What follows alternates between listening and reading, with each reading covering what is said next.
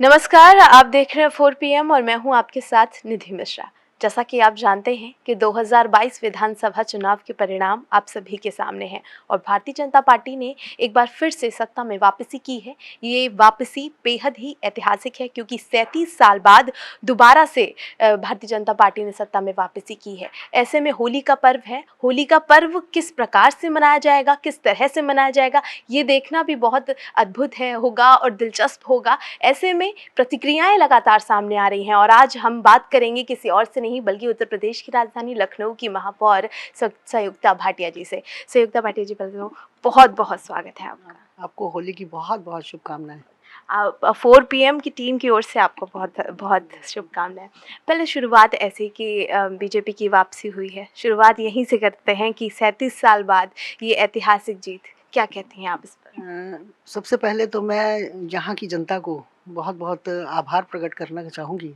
लखनऊ की मेयर हूँ और भारतीय जनता पार्टी से जुड़ी हूँ, तो आभार प्रकट करना चाहूँगी कि उन्होंने एक प्रचंड बहुमत देकर एक ऐतिहासिक जीत जो दिलाई है, उसके लिए उनका बहुत बहुत आभार और धन्यवाद करना चाहूँगी। और उन्होंने होली के त्यौहार को दुगनी खुशी उन्होंने दी है। और एक आदरणीय प्रधानमंत्री जी की जो कल्याणकारी योजनाएं हैं, मुख्यमंत्री जी का सुशासन है, महिला सुरक्षा है, बहुत सारे ऐसे मुद्दे हैं जिनको लोगों ने समझा, परखा और अपना अमूल्य मत दिया, और उनका मैं बहुत बहुत आभार प्रकट करती हूँ। आभार प्रकट करती हूँ। उसके साथ-साथ मैं बहुत सारे सवाल, अगर जब मैं ग्राउंड पे क्योंकि खुद जाती हूँ, चुनाव काफ़ी समय से मैं कवर कर रही हूँ, ऐसे में मैं पक्ष-विपक्ष दोनों की बातें सुनती हूँ और जब मैं विपक्ष की बातें सुनती हूँ, जब लोग खुश नज़र नहीं आते हैं बीजेपी से, ऐसे में सबसे बड़ा मुद्दा जो है बेरोज़गारी का होता है कि हाँ, असंतुष्टि है। ऐसा आप मानती हैं कि क्या बेरोज़गार को लेकर थोड़ा-सा बैक फुट पे रही बीजेपी? नहीं, ऐसा नहीं है कि बहुत सारे लोगों को रोज़गार मिला है। शुरू में बीच में 2 साल कोरोना ने भी वेस्ट किए, और उसके बावजूद भी इतने लोगों को रोज़गार देना बहुत बड़ी चुनौती थी, और उसमें उस चुनौती को आदरणीय मुख्यमंत्री जी ने पार किया है और लोगों को रोज़गार, हज़ारों लोगों को रोज़गार मिला है, और आने वाले समय में और रोज़गार मिलने की संभावनाएँ हैं। क्योंकि जो उत्तर प्रदेश की राजधानी होने के साथ-साथ के बावजूद यहाँ पर लोग निवेश करना पसंद नहीं करते थे। बाहर की कंपनियाँ यहाँ पर आना पसंद नहीं करती थी, क्योंकि वो सुरक्षा की, हर व्यक्ति जब भी कोई निवेश करने के लिए आना चाहता है तो वो पहले अपने आप को देखता है कि यहाँ सुरक्षित, हम कितना सुरक्षित हैं। तो वो आज यहाँ पर लोग अपने आप को सुरक्षित महसूस कर रहे हैं और निवेश करने की उस पर आ गए हैं और निवेश कर रहे हैं। बहुत से लोगों ने किया है और आने वाले समय में करने वाले हैं। तो वो सारी चीज़ें मिलकर एक रोज़गार को और उपलब्धियाँ हासिल होंगी हमें। और दोबारा रिपीट किया है, सरकार बनाई है, तो निश्चित रूप से इस पर विशेष ध्यान, और भी अभी बहुत सारी हज़ारों लोगों को इस समय मिला है, रोज़गार मिला है, और आने वाले समय में और मिलेगा। तो आप ऐसा मान रही हैं कि ये जो समय फिर से जो जनता ने मौका दिया है, जो प्यार दिया है, 5 साल फिर से एक बार सत्ता में वापसी हुई है, तो आप ऐसा मानिए कि जो 2 साल कोरोना में बर्बाद हुए थे, वेस्ट हो गए थे एक तरीके से कि हाँ, उतना अच्छे से काम नहीं हो पाया था, क्या इस 5 साल में दुगनी रफ्तार से काम होगा? अ, काम ऐसा नहीं कि नहीं हो पाया था, जो काम उनको करना था उसके बदले में दूसरे काम हुए। जैसे मेडिकल कॉलेज यहाँ नहीं थे। कोरोना के पीरियड में हर जगह ऑक्सीजन, हर हॉस्पिटल में ऑक्सीजन की उपलब्धता कराना, और हॉस्पिटल्स खोलना जहाँ मेडिकल कॉलेज नहीं थे, हर ज़िले में मेडिकल कॉलेज बनाना, ये सारे काम कोरोना काल में किए गए। लेकिन जो अन्य कामों से हटकर फिर इस काम में ज़्यादा कोशिश की गई, तो इसलिए वो 2 साल हम वेस्ट मानते हैं। लेकिन वेस्ट तो नहीं हुए, वो एक तरह से इस काम को नहीं, दूसरे काम पे ज़्यादा फोकस किया गया, क्योंकि जान है तो जहान है। उस समय आवश्यकता, जिस चीज़ की आवश्यकता पहले होती है और उसी चीज़ के लिए काम करना चाहिए, और आदरणीय मुख्यमंत्री जी ने वही किया। कोरोना काल में जिस चीज़ की आवश्यकता थी, लोगों को जान बचाने की आवश्यकता थी, और उन्होंने उसको किया। और मुख्यमंत्री जी का के साथ-साथ मैं प्रधानमंत्री जी को बहुत-बहुत धन्यवाद देना चाहूँगी कि उन्होंने कोरोना काल में एक वैक्सीन को आने में, कोरोना काल तो फर्स्ट वेव आई थी तो लोगों को इतनी दिक्कत नहीं हुई थी, लेकिन सेकंड वेव बहुत प्रचंड उससे आई थी। तो हमने बहुत से लोगों को खोया, और जैसे-जैसे चुनौतियाँ आई, वैसे-वैसे चुनौतियों का सामना करते हुए सारी व्यवस्थाओं को ठीक करना, मुझे लगता है कि, और साथ में वैक्सीन को बनाना और फिर लगवाना, ये एक बहुत बड़ी उपलब्धि है इन 2 वर्षों में। अगर ये सब उपलब्धियाँ हम हासिल नहीं करते, तो शायद हम और भी हमारे बहुत से लोग हमसे बिछुड़ गए होते। और प्रधानमंत्री जी ने के लिए धन्यवाद देना चाहूँगी कि उन्होंने वैक्सीन को बनवाने में लोग वैज्ञानिकों की मदद की, उनको अपॉर्चुनिटी दी और जिसके कारण वो वैक्सीन को जल्दी से जल्दी बना सके। नहीं तो अगर कहीं भी वैक्सीन बनती है तो 14-15 साल तो उसको वैक्सीन को आने में लग जाते हैं और यहाँ 2 साल 1 साल के अंदर वैक्सीन बन भी गई और लोगों को लग भी गई। तो ये बहुत बड़ी उपलब्धि है, लोगों की जान बचाना आवश्यक था जिस कार्य को किया गया। और आने वाले समय में बाकी के कार्य जो सरकार बनी है, तो निश्चित रूप से जनता ने जो भरोसा दिखाया उस पर खरे उतरेंगे। उतरेंगे। और इसके साथ-साथ क्योंकि उत्तर प्रदेश के लखनऊ की बात आती है, राजधानी है लखनऊ और लखनऊ में ये बात ज़रूर आती है, व्यवस्था की चौखट की बात की जाए तो यहाँ की महापौर की बात ज़रूर आती है। मैं कई जगह सुनती हूँ कि क्योंकि मैनेजमेंट बहुत ज़्यादा जो व्यवस्था की देखा जाए तो महिला सुरक्षा पर काफ़ी ध्यान दिया है। आगे की क्या योजनाएँ हैं आपकी महिला सुरक्षा को लेकर? महिला सुरक्षा के लिए आदरणीय मुख्यमंत्री जी का बहुत-बहुत धन्यवाद देना चाहूँगी। आज हर महिला रात के 11 बजे भी जा सकती है और अपने आप को सुरक्षित महसूस करती है। योगी जी को बुलडोज़र बाबा कहा जाने लगा क्योंकि उन्होंने गुंडों की छाती पे बुलडोज़र चलाने का काम किया और महिलाओं को सुरक्षित करने का काम किया। और आने वाले समय में महिलाएँ अपने आप को और सुरक्षित महसूस करेंगी। आज सारी महिलाएँ सुरक्षित महसूस करती हैं और जिस भावना से उन्होंने वोट भी दिया है। और महिलाओं की बात की जाए तो महिलाएँ अपने आप में सशक्तिकरण के बहुत सारी योजनाएँ दी गई हैं। आदरणीय मुख्यमंत्री जी और प्रधानमंत्री जी ने बहुत सारी कल्याणकारी योजनाओं में महिलाओं की योजनाएँ दी हैं। उन योजनाओं का लाभ उठाते हुए अगर महिला आगे बढ़े और महिलाओं को जब अवसर मिलता है तो अपना वो करके दिखाती हैं, परचम लहरा कर दिखाती हैं। ऐसा नहीं है कि वो कहीं पीछे है। जब भी उसको अवसर मिला है, इतिहास गवाह है, अवसर मिला है तो उन्होंने उसको अपना परचम लहरा कर दिखाया। आज ई-रिक्शा चलाने की बात हो या हवाई जहाज़ उड़ाने की, इंजीनियर, डॉक्टर्स की या फिर अब तो सेना में भी भर्ती हो रही हैं।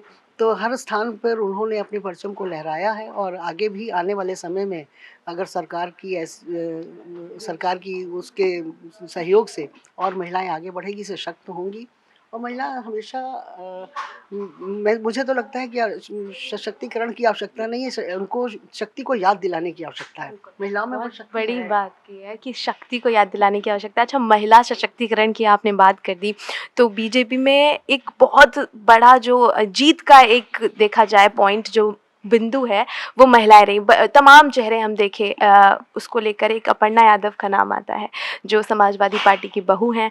बीजेपी ज्वाइन की, काफ़ी सारे सवाल उठे, जवाब दिए, काफ़ी कुछ हुआ। क्या आप एक जीत का एक महत्वपूर्ण बिंदु मानती हैं अपर्णा यादव?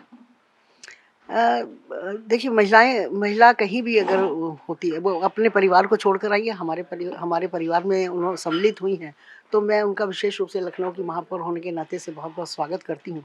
जीत तो जब होती तो बहुत सारे कारण होते हैं उसमें और मुझे लगता है कि विशेष कारण कल्याणकारी योजनाओं का रहा है और आदरणीय मुख्यमंत्री जी के सुशासन का रहा है और महिला सुरक्षा का रहा है और भी इतनी राशन जो लोगों को कोरोना काल में जो लोग उस समय काम नहीं कर रहे थे तो उनको राशन डबल राशन मिलना एक बहुत बड़ी उपलब्धि है और राशन मिलते थे पहले भी राशन की योजना थी लेकिन लोगों तक पहुंच नहीं पाता था तो बीच में ही लोग खा जाते थे तो ये सारी चीज़ें एक बहुत बड़ी उपलब्धि है कि बीच में भ्रष्टाचार भी खत्म हुआ है तो ये सारी चीज़ें लेकर जीत में महिलाओं का सहयोग तो हमेशा रहा है। महिलाएं तो 50% हैं तो कहीं ना कहीं अपना उनका हमेशा आगे रहती हैं और जब रेवोल्यूशन आया है महिलाओं के द्वारा आया है। अच्छा, ठीक है। शासन की बात की, व्यवस्था की बात की, महिलाओं की बात कर ली, एक व्यवस्था की और बात करना चाहूँगी कि शासन जो है, जिस तरह से शासन प्रशासन की बात आती है तो बीजेपी सरकार में तमाम सी बातें सुनने को आती हैं। एक ऐसा केस भी सामने आता है लखीमपुर हिंसा का, जिसे बहुत भुनाया गया। हमने चुनावों के दौरान काफ़ी कुछ देखा, पक्ष विपक्ष, तमाम तरीके के सवाल जवाब, सब कुछ देखा, लेकिन अब 8 की 8 सीटें बीजेपी की झोली में हैं। ऐसे में अजय मिश्रा टेनी का जो रिस्पॉन्स भी आता है कि व्यवस्था बिल्कुल ठीक है, अगर नहीं होती तो बहुमत नहीं मिलता। मानती हैं कि बीजेपी का इसमें क्या रोल मान रही हैं आप लखीमपुर हिंसा को लेकर? क्योंकि किसानों पर जो गाड़ी दौड़ाई गई उसमें काफ़ी सारे किसानों की हत्या भी हो गई। नाराज़ हैं किसान आज? इस समय कोई दुर्घटना घटती है, उस दुर्घटना पर को किसी की जानकारी में उस समय नहीं होता है, लेकिन जब दुर्घटना घटती है, तो उसकी व्यवस्थाओं को ठीक करना, उसको तुरंत, जैसे कोरोना जैसी घटना घटी, तो उसमें तुरंत उसकी चुनौतियों का सामना करना। तो वहाँ जो घटना घटी उस पर भी तुरंत उस पे एक्शन लिया गया, सारी चीज़ें हुईं, तो और उसी का परिणाम आपको आपके सामने है। आज बहुमत की सरकार और पूर्ण बहुमत की सरकार है और वहाँ वहाँ की सारी सीटें जीती हैं, तो उसका परिणाम सामने दिखाई दे रहा है। अच्छा, एक और सवाल मैं पूछना चाहूँगी, काफ़ी सारे सवाल हैं, बड़े-बड़े बिंदु लेके चल रहे हैं हम, कि जो विपक्ष है, विपक्ष लगातार ईवीएम पर निशाना साध रहा है कि हमें बैलेट पेपर पर 304 सीटें मिली थी, ईवीएम में घोटाला हुआ, बीजेपी ईवीएम की वजह से जीती। क्या कहना चाहती हैं आप? वो तो हमेशा से उनकी ये बात रही है, जब वो नहीं जीत जब जीत नहीं होती तब तक ईवीएम के ऊपर उनका निशाना रहता है, और इस वर्ष भी निशाना रहा है। लेकिन ईवीएम तो एक इलेक्ट्रॉनिक वो है, सिस्टम है, और उसमें अगर घोटाले की बात अगर करते हैं तो ये तो उनका बचकानी बात है। बस इस तरह के घोटाले अगर इस उसमें होते तो फिर अभी भी वो जीत गए होते, उन्होंने ऐसा कर लिया होता। लेकिन ऐसा ऐसा नहीं है। ये उनकी विपक्ष की एक दूसरे के अपनी नाकामी को दूसरे पर थोपने की थोपने की आदत है। वो हमेशा से जब हार हुई है तब उन्होंने भी हम पे अपना निशाना साधा है। ठीक है, बिल्कुल। एक और बात से हम क्लोजिंग करते हैं कि 2022 में, क्योंकि बीजेपी जीत गई है, होली का पर्व है, ऐसे में लखनऊ में किस तरह की व्यवस्था करनी पड़ती है? कुछ अलग तरीके से करनी पड़ती है, कुछ अलग निर्देश देने पड़ते हैं? होली का पर्व है, काफ़ी सारी चीज़ें होती हैं। नहीं, हम नगर निगम कोई भी त्योहार आता है, त्योहार के लिए पूरी तरह से नगर निगम तैयार रहता है, सारी व्यवस्थाएं करता है। चाहे अभी पूजा की बात होती है तो मंदिरों की सारी व्यवस्थाएं की जाती हैं, त्योहार की बात होती है तो लोग इस समय लोग घर से बाहर, और होली का त्योहार तो ऐसा है कि लोग हुड़दंग भी मचाते हैं, तो वो सारी व्यवस्थाएं ठीक करने के लिए नगर निगम हमेशा रहता है। सफाई व्यवस्था तो उसका विशेष वो रहता ही है, लेकिन लोगों को सुविधा हो, लोगों को दिक्कत ना आए, सारी व्यवस्थाएं नगर निगम करता है। और होली में भी सारी व्यवस्थाएं नगर निगम की तरफ से की गई हैं, और जनता को अगर कोई दिक्कत ना हो इसके लिए पूरी तरह से प्रयास किए जाते हैं। लखनऊ की जनता को इस बार होली पे क्या निर्देश और संदेश देना चाहेंगी? मैं लखनऊ की जनता को बहुत बहुत बधाई देना चाहूँगी। ये रंगों का त्योहार है, और कहा जाता है कि होली मतलब जो हो गया उसे भूल जाओ। अगर हमारा किसी के साथ कोई बात है, कोई नाराज़गी है, तो पुरानी बातों को भूल कर नई नए उसमें कया होली के त्योहार में लोग करते हैं, उसको माना जाता है। तो हम अपने त्योहार को बहुत अच्छी तरह से मनाएँ, अपने सौहार्दपूर्ण तरीके से मनाएँ, और मैं अपनी तरफ से सब लखनऊ के अपने प्यारे-प्यारे लखनऊ वासियों से कहना चाहूँगी कि उनके जीवन में सफलता आए, खुशियाँ आए, और वो होली का त्योहार बहुत अच्छे से मनाएँ। बिल्कुल, होली का त्यौहार आपकी व्यवस्था के कारण बहुत अच्छे से मनाया भी जाएगा, क्योंकि लखनऊ की जनता से प्रेम बहुत ज़्यादा प्यार करती है अपनी महापौर से। आपने सुना लखनऊ की महापौर को, जिन्होंने खुलकर अपनी बात की, क्योंकि आदर्श की बात आती है, अपने खुले विचारों की बात आती है, शब्दों को ठहराव के साथ पिरोकर सामने रखने की बात आती है, तो लखनऊ की मेयर संयुक्ता भाटिया की बात ज़रूर आती है। उन्होंने होली की शुभकामनाएँ दी कि किस तरह से इस बार व्यवस्था, संदेश और निर्देश दोनों ही तरीके से उन्होंने अपनी बात को बताया।